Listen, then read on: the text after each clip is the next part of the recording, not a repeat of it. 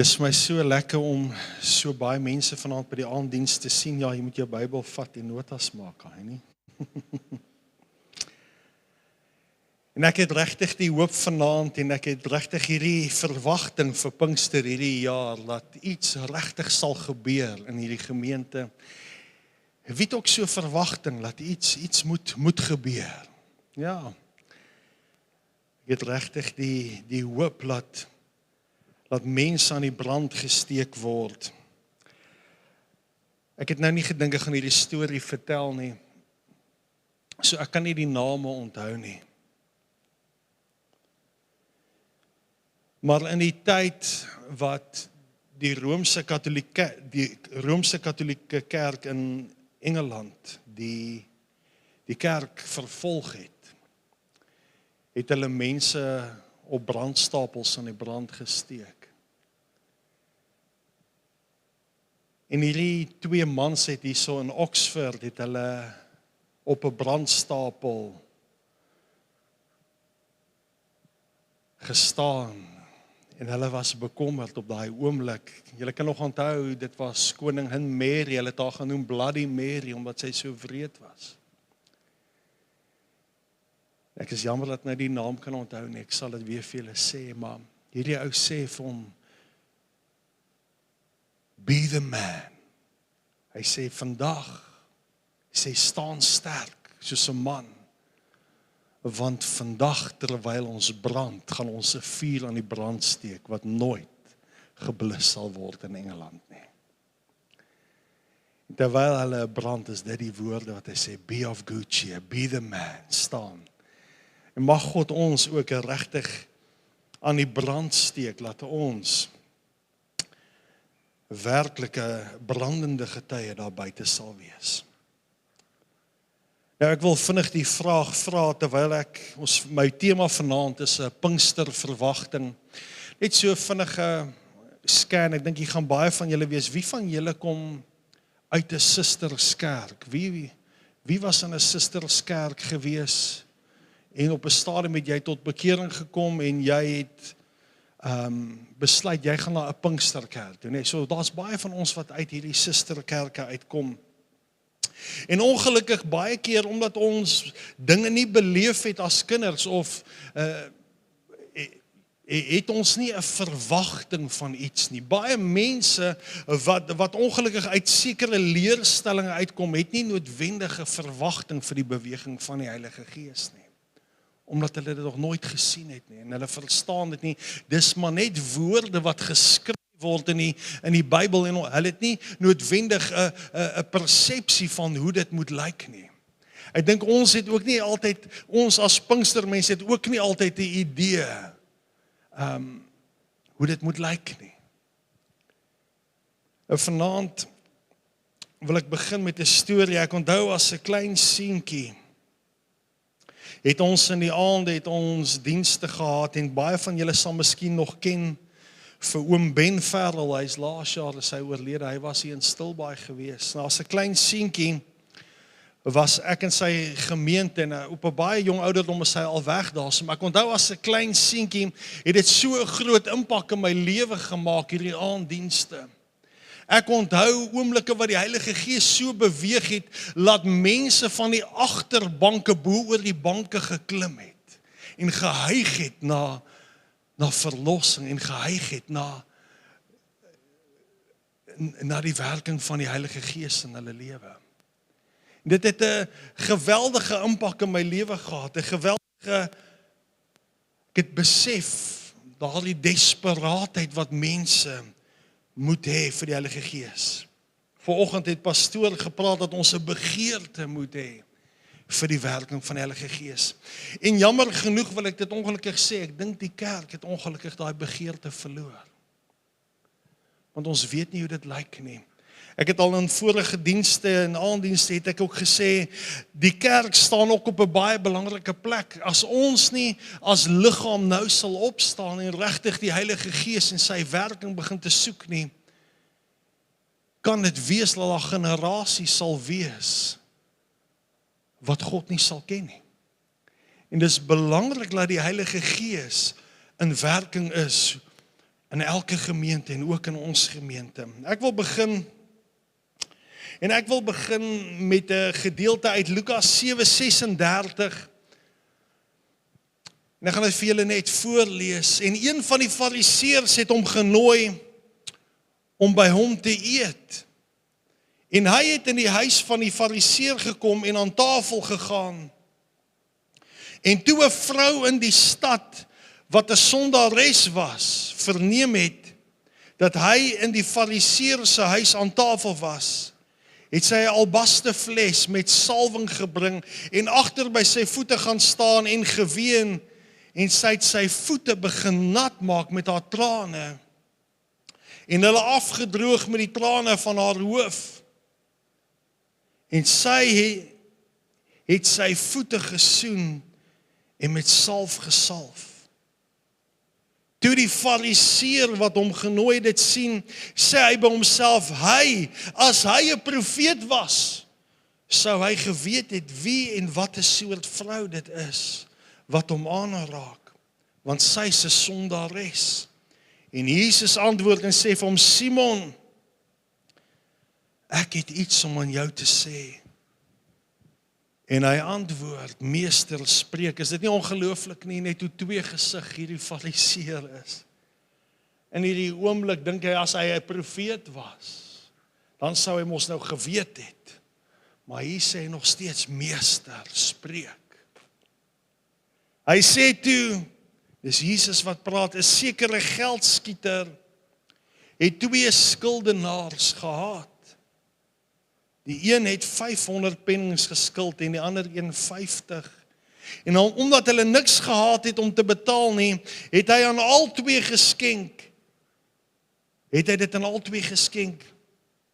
En Jesus vra, sê nou, wie van hulle sal hom die meeste lief hê? En Simon antwoord en sê, ek veronderstel die een aan wie die meeste geskenk het. En hy antwoord hom, jy het reg geoordeel. Hoor wat sê Jesus vir die vrou. Hy sê, daarop draai hy om na die vrou en sê vir Simon, sien jy hierdie vrou? Ek het in jou huis gekom, water het jy nie vir my gegee nie, maar sy het met haar trane my voete nat gemaak en met die hare van haar hoof afgedroog. Gesoen het jy my nie gegee nie, maar sy het vandat sy ingekom het nie opgehou om my voete te soen nie. Met olie het jy nie my hoof gesalf nie, maar sy het my voete met salf gesalf. En ons teksvers vanaand is hierdie gedeelte 47. Daarom sê ek vir jou, haar sondes is wat baie is vergewe. Want sy het baie lief gehad. Maar hy vir wie weinig vergewe is, het weinig lief. En hy sê vir haar, jou sondes is vergewe. Toe begin die wat aan die tafel was by hulle self sê, wie is hierdie man wat selfs die sondes vergewe? En hy sê vir die vrou, jou geloof het jou gered, gaan in vrede. As ons kyk na hierdie gedeelte en ons kyk na vers 47, dan sien jy iets baie belangriks wat Jesus sê. Hy sê, die een wat baie vergewe is, het baie lief. Nou ek dink dit is wonderlik, ek dink dit is 'n wonderlike voorreg om in 'n huis van die Here groot te word, om as 'n kind, van kinds af, die Here te dien. Maar ek wil wel vir julle sê, ek dink dit is ook baie spesiaal as jy in die wêreld was, en jy kan 'n drastiese verskil sien wanneer Jesus in jou lewe gekom het. Ek het in my eie lewe, het ek ervaar as 'n kind, het ek baie keer, het ek Jesus en die werking van die Heilige Gees, het ek vanselfsprekend maar net aanvaar. Dis maar iets wat ons doen. Maar die oomblik, daar was 'n tyd in my lewe wat ek weggedraai het van die Here. Daar was 'n tyd in my lewe wat ek 'n baie sondige lewe geleef het as 'n jong mens. En die oomblik daarna, toe ek Jesus werklik ontmoet, toe is dit vir my 'n groter betekenis as wat dit as 'n kind was. Hoor julle wat ek sê? Die oomblik toe ek hierdie ervaring het van God se vergifnis en God wat my kom nuut maak, die Heilige Gees wat my werklik kom vervul en ek leef ewe skielik 'n lewe van oorwinning. Ewe skielik het ek 'n lewe waar ek oor sonde begin te heers. Ewe skielik die ou dinge het verbygegaan en dinge het nuut geword. Ewe skielik begin ek te besef die waarde van bekering. En ongelukkig as 'n kind, as jy in 'n geestelike huis groot word,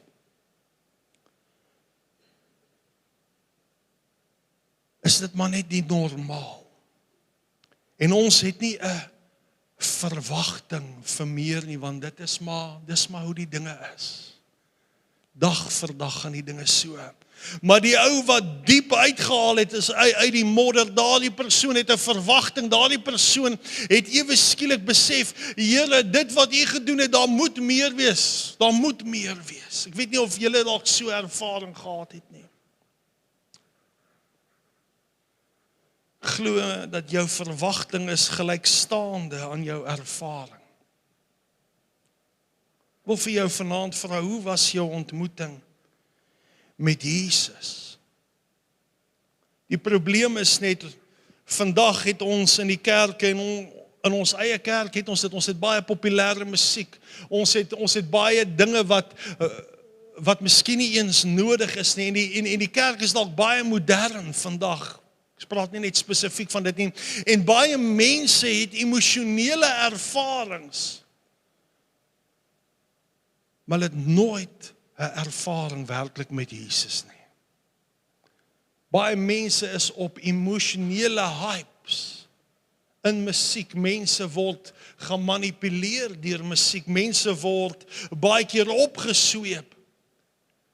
Maar mense het nie 'n belewenis regtig met Jesus nie. Ek het op 'n stadium, was daar so gier in ons vorige gemeente. As ons vir die mense bid, en ek maak dit nie af nie, as ons vir die mense bid, dan het daar baie mense al onder die Heilige Gees se salwing begin te val, ons het dit gesien.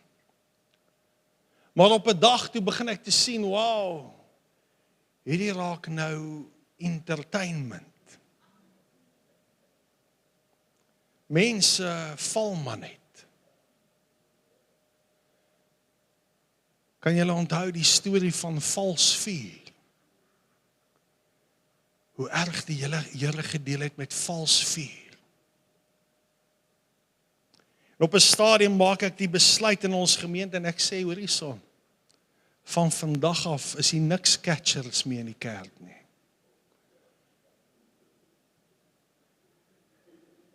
As die Heilige Gees oor jou kom, sal hy jou op 'n kussing of iets seker laat val. Jy sal alright wees.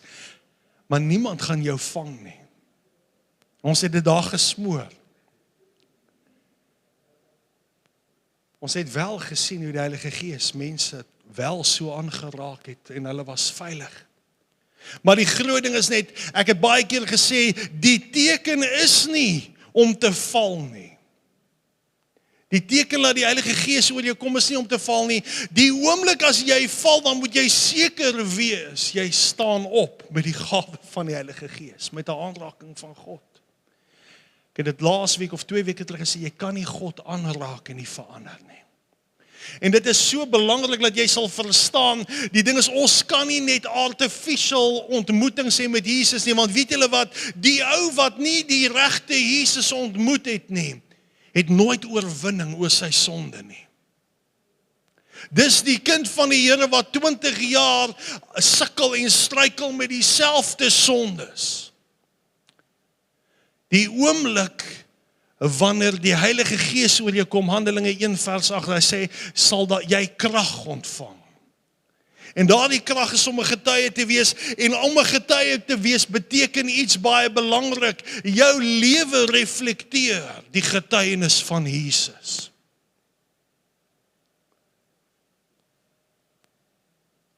Ek wil vir jou vra, hoe was jou ontmoeting met Jesus? Het jy 'n ware ontmoeting met Jesus gehad?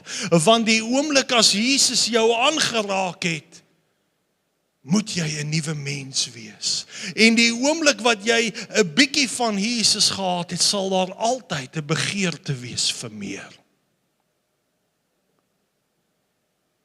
Of jy vra, het jy nog 'n verwagting vir meer? Hierdie gedeelte wat ek nou gelees het, praat hulle net van 'n sondige vrou. Daar's baie mense wat die idee het dat hierdie sondige vrou miskien Maria Magdalena was, maar die woord sê dit glad nie, so ek wil nie daarop speel nie, as julle hoor wat ek sê. Maar ek wil die storie van Maria wil ek by inbring. Want Maria was presies soos hierdie vrou, 'n sondige vrou, wat Jesus vergewe het, en omdat sy baie vergewe is, was sy baie lief. En hoor hierdie gedeelte, Maria se ervaring met Jesus, in Lukas 8 vers 2, dan vertel die skrywer hierso van wat Jesus gedoen het, en dan praat hy hierso van 'n sekere vrou wat genees was van bose geeste en siektes, Maria wat Magdalena genoem word, uit wie 7 duiwels uitgegaan het. Nou ek wil vir jou sê, as jy getuister en getorment word met bose magte, en ek bedoel, die priesters kan niks vir jou doen nie, die fariseërs kan niks vir jou doen nie, en jy is jaar in en jaar uit, is jy in hierdie ellende, jy weet nie hoe om verlos te word, en daar is geen hoop nie, en skielik kom daar 'n man, en sy naam is Jesus, en hy verander die totale lewe vir haar vorentoe. Haar totale toekoms kan verander, sy in 'n oomblik. Kan julle dink watter impak het dit gehad op Maria Magdalena? Ek kan my net veronderstel dat sy net soos daardie sondige vrou ook voor Jesus sal wees en sy voete sal was en so sal hy en nardesolie wat baie duur is uitgooi.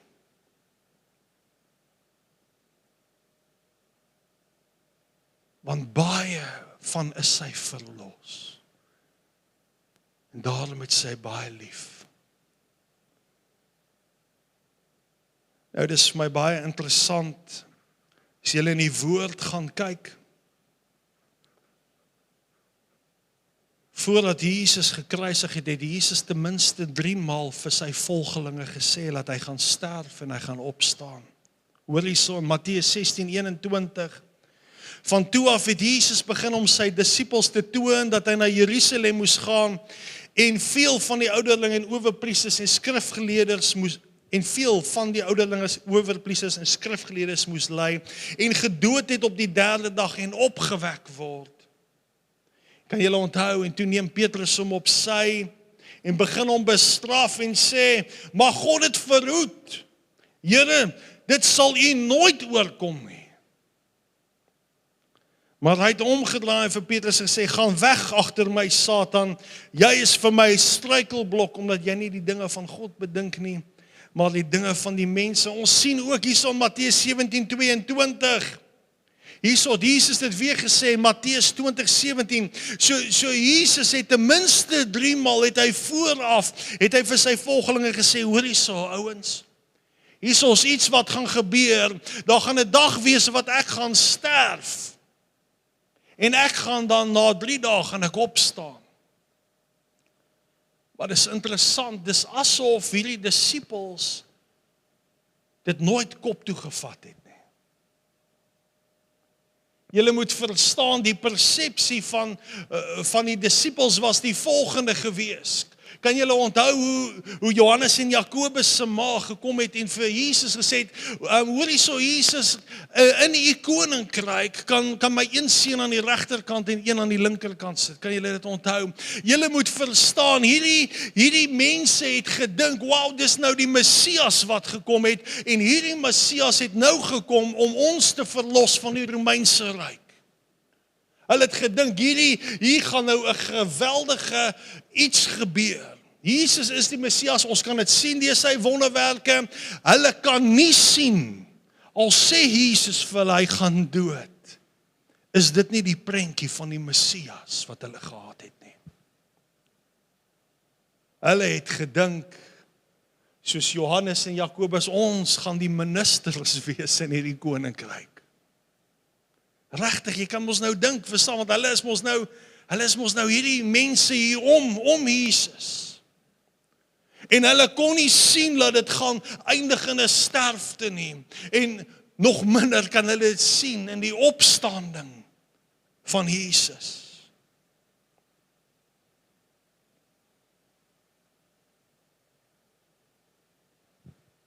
Ek wonder as hulle regtig geweet het dat Jesus gaan sterf.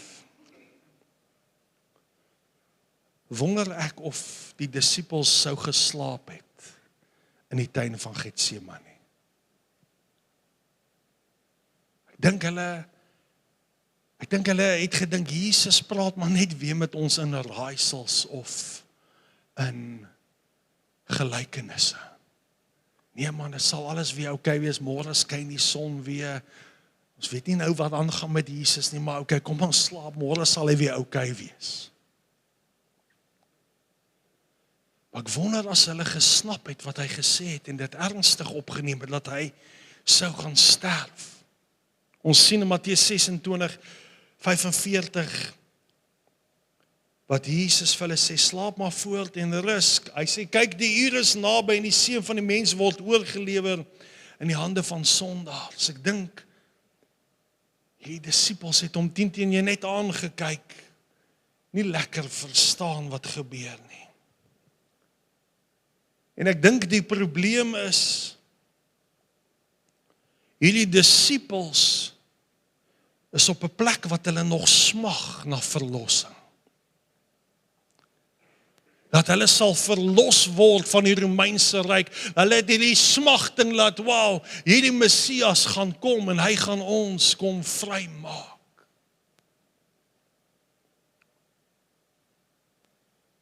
Hulle het 'n smagting na verlossing. Maar Maria Magdalena het reeds verlossing gesmaak. En ons sien op die einde, sien ons vir Maria, en ek wil sê, sy sou bitter einder. Terwyl almal Jesus verloon het, ons weet, die disippels het weggehardloop. Die oomblik toe hierdie dinge gebeur het, hardloop almal weg. Ons weet net, Johannes was by die kruis gewees. Goeie naamgenoot wat ek het, nee. Maar almal verloon vir Jesus, en dis interessant, daar's 4 vrouens. Hierdie vrouens staan daar, die Marias staan daar so, en onder hulle is Maria Magdalena. Almal het gevlug. Ek wonder,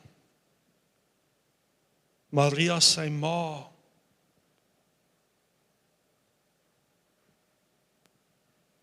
ek wonder of sy, alhoewel die Here van gesê het, dit sal wees soos 'n swaard deur jou hart, hierdie kind se lewe. Wonder ek net, het Maria, Jesus se ma, wat geweet het, hy is die redder, het sy dit gesien kom, het sy daar gestaan en gesê, wow, dit is net verby.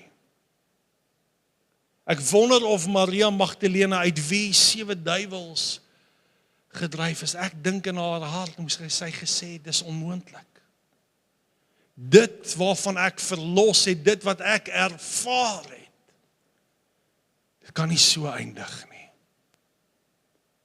Ek wonder of die vrouens nie 'n verwagting gehad het, laat iets moet gebeur het in daardie moment nie, in hierdie hartseer oomblik, laat iets nie moes gebeur nie, laat Jesus sy heerskappy dalk daar sal opneem, en vir almal sal wys. Wonder wat 'n verwagting het hulle gehad daarso.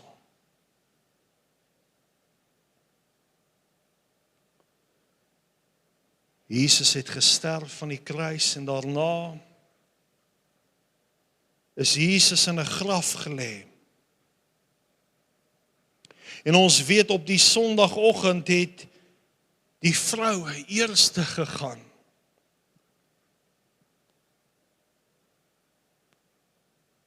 En hulle het,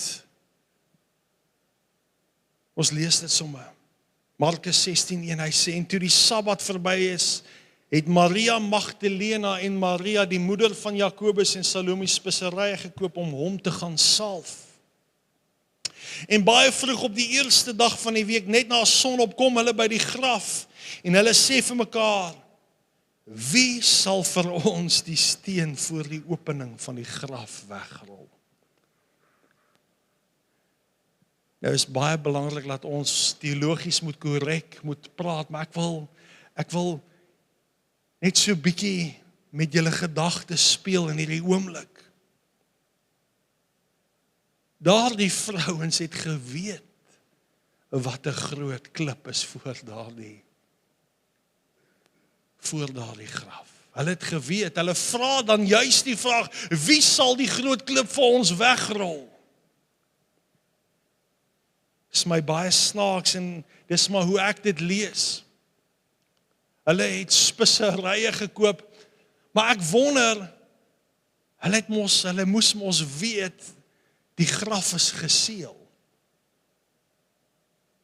Die graf is geseël sodat Jesus nie weggedra word nie deur die Romeinse soldate het geseël. Ek wonder of die speserye wat hulle gekoop het nie dalk net eye blind was vir die ander disippels nie.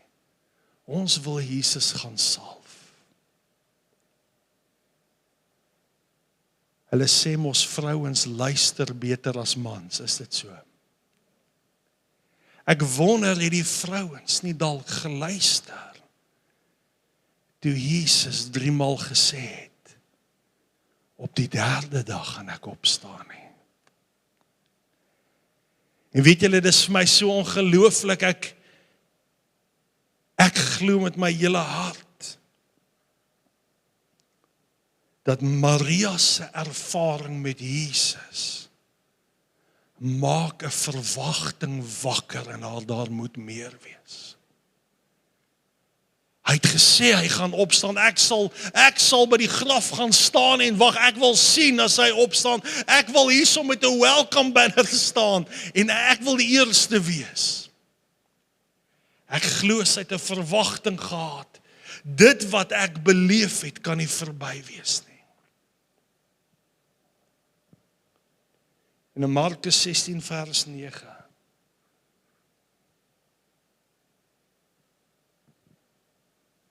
En nadat hy opgestaan het, vroeg op die eerste dag van die week, het hy eers verskyn aan Maria Magdalena. Hoor wat hy sê? Hy het eers verskyn aan Maria Magdalena. Hulle hoef nie die volgende gedeelte te sê nie, maar hulle laat dit in hierdie teks in. En hy het verskyn aan Maria Magdalena, uit wie 7 duiwels uitgedryf is. God het iets amazing vir Maria gedoen. En weet julle, ek glo met my hele hart, sy word 'n geseënde, sy word die eerste een aan wie Jesus verskyn, omdat sy 'n verwagting gehad het, Jesus, dit kan nie net dit wees nie. Here, dit wat ek ervaar het, is baie groter as die dood. Here, dit wat ek ervaar het, Here, ek was dood, en Here, U het my uit my doodheid, het U my lewend gemaak, en Here, omdat ek hierdie ongelooflike ervaring het, Here, weier ek om te glo dat dit net verby is. Here, ek sal staan by die graf, want ek wil sien hoe U opstaan, en ek glo regtig sy het met die ervaring, was daar 'n verwagting, dat Jesus werklik sal opstaan soos wat hy gesê het.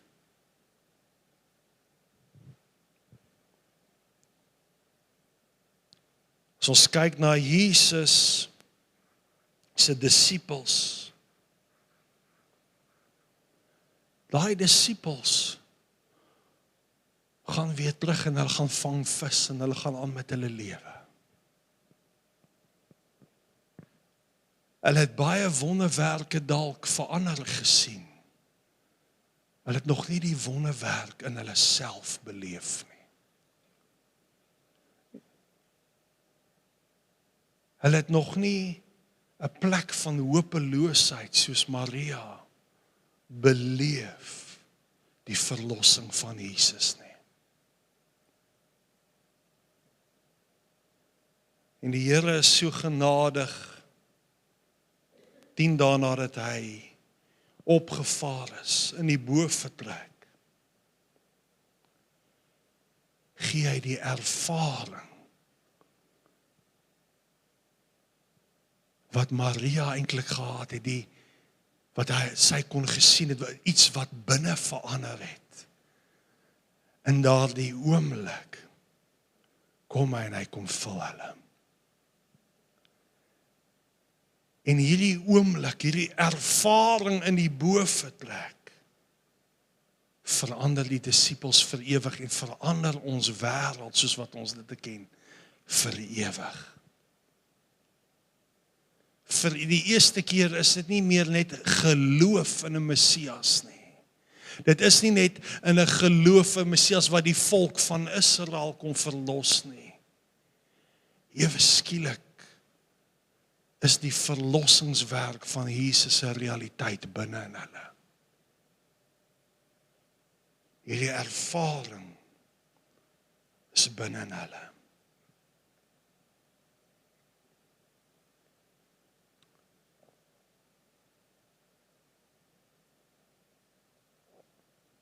Is my hartseer. Maar ek glo die kerk het hierdie verwagting verloor. Want baie van ons het dalk nog nie met die regte Jesus te doen gehad nie. Ons koester dinge in ons lewe en die Here sê dat ons sonde is 'n skeidsmuur.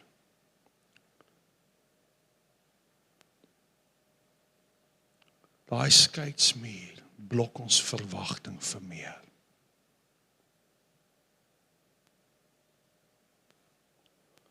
Indien jy nie 'n verwagting het nie,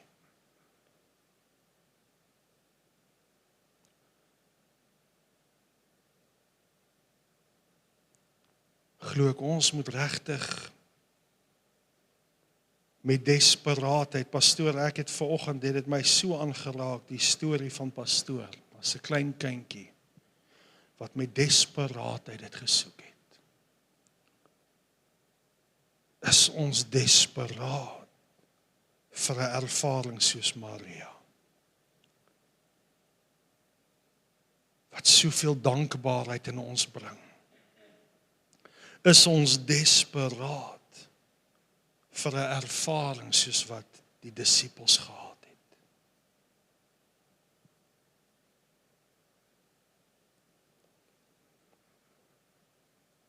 Die vervulling met die Heilige Gees behoort jou grootste strewe te wees vir die kind van God. Dis my hartseer, waarna strewe ons? Ons strewe na geweldige sukses, ons strewe na soveel dinge om gemaklik te wees. Ek wil vir jou regtig vra, het jy regtig daardie strewe? Maak miskien vir 'n oomblik jou oë toe. Wees 'n bietjie eerlik met jouself, het jy regtig gestrewe, Here? Nuwe wyn.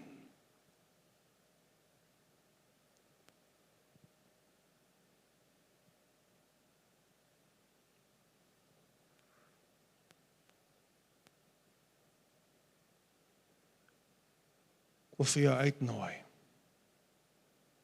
Die Here wil dit vir ons gee.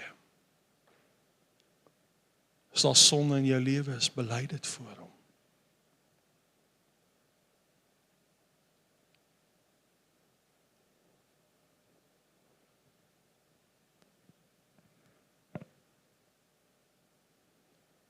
Maar die Here sê, hy wil dit vir ons gee.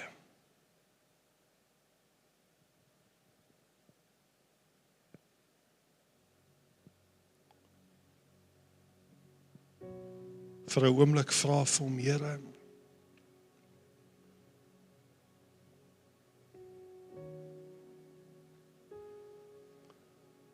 wil weer 'n Pinksterverwagting hê. Miskien weet jy nie hoe lyk daai Pinksterverwagting nie. Sê Here, wees U genadig en kom vul my.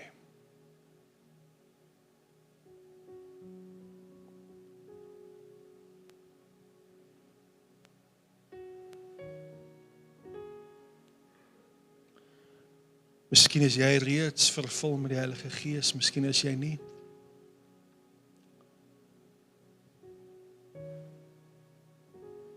Maar ek glo God gaan hierdie week gaan hy begin te beweeg in hierdie gemeente. En ek glo God wil ons verwagting vermeer.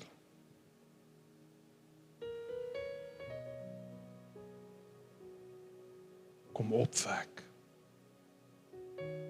In hierdie oomblik, miskien as jy reeds met die Heilige Gees vervul, dan wil ek jou vra begin te bid. Kom ons net vir 'n oomblik. Kom ons lig bietjie ons stemme. En ons begin te bid, Here, 'n vars uitstorting van die Heilige Gees. Miskien wil jy net in jou taal bid, die Heilige Gees weet wat om te bid deur jou. En miskien wil jy vervul word, as dit jy is wat vervul word, sê vir die Here, want hy is die doper, Jesus is die doper met die Heilige Gees. Sê, Jesus, kom doop my met die Heilige Gees. Ek het die begeerte vir meer. Kom ons lig ons stemme. Resiki en torolabagi en lesi en torolabati en lebasiki en reti en torolabaki en leti andalabasucho reti es keliasi en Here, U is die getroue een. Wanneer ons ontrou is, bly U getrou. Maar Here, ons wil kom erken dat ons nie kan leef sonder U nie. Here, ons is afhanklik, ons asem in ons, Here, is afhanklik van U. Ons hartklop is afhanklik van U, elke stukkie van ons wese. Maar Here, ons wil vir U vra, Here, ons gees is ook leeg sonder U. Here, ons besef, ons kan nie 'n lewe van oorwinning leef nie. En Here, ons wil kom bely voor U. Want soveel keer probeer ons goeie lewens lewe, Here. Here, ons kom erken niks van ons is goed. Is net U wat goed is. Heilige Gees, ons het nodig dat U sal kom met U goedheid en my korruptheid kom verander. Heilige Gees, ons het nodig dat ons sal krag ontvang om soos Jesus te lyk vir hierdie wêreld. Here, in hierdie oomblik wil ek vir U vra, wil U nie net vir elkeen 'n vars aanraking gee nie. Miskien lig net jou hande vir 'n oomblik en sê, Here, ek wil 'n vars aanraking hê van U. Miskien is jy nog nooit gevul met die Heilige Gees nie. Steek jou hande op en sê, Here, sien my raak. Sien my raak vanaand.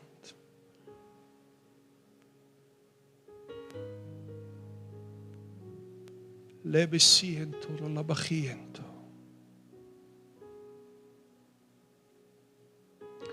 Lesiento labatiesen.